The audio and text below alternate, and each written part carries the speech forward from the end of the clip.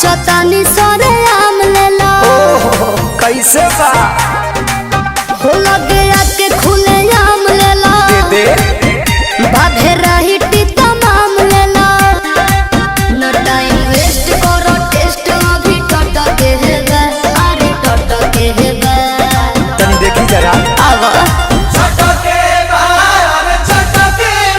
तोहरा आम के सवाद गोरी खटके बा बाकी हटके बा तोहरा आम के सवाद बड़ी खटके बा बाकी हटके बा तनी चिखा ना दो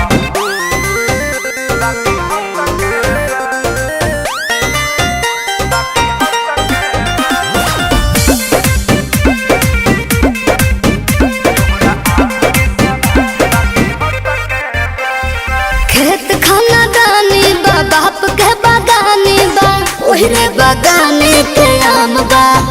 ले लो भर झोरा सस्ते ही दाम बा बात राइट बा एक बाइट में लोग के पता तो चलिए जाए तोहरा चीज के न कवनो जवाब बाटे जवाब बाटे हिसाब बाटे चलो तहरा खातिर दू चार पैसा घट के बा अरे घट के बा हाँ तो दे दो चलो छोड़ दी चटके बा अरे चटके बा अरे तोरा आम के सवाद गोरी खटके बा बाकी हटके बा अच्छा आम के सवाद बड़ी खटके बा बाकी हटके बा कौन छुछुर लागत रे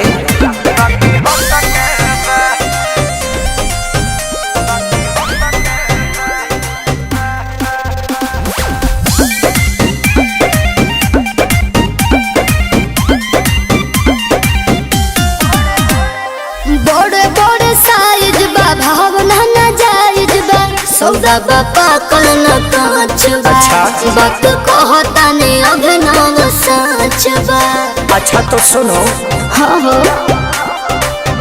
तोहरा लंगड़ा के तगड़ा सवाद बाटे धन्यवाद बाटे जिंदाबाद बाटे सारे राहुल हरी फिर जुस मटक बा अरे मटक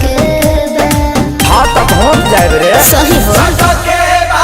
अरे चटके बा हाँ तोरा आम के सवाद गोरी खटके बा बाकी हटके बा अच्छा आम के सवाद बड़ी खटके बा बाकी हटके बा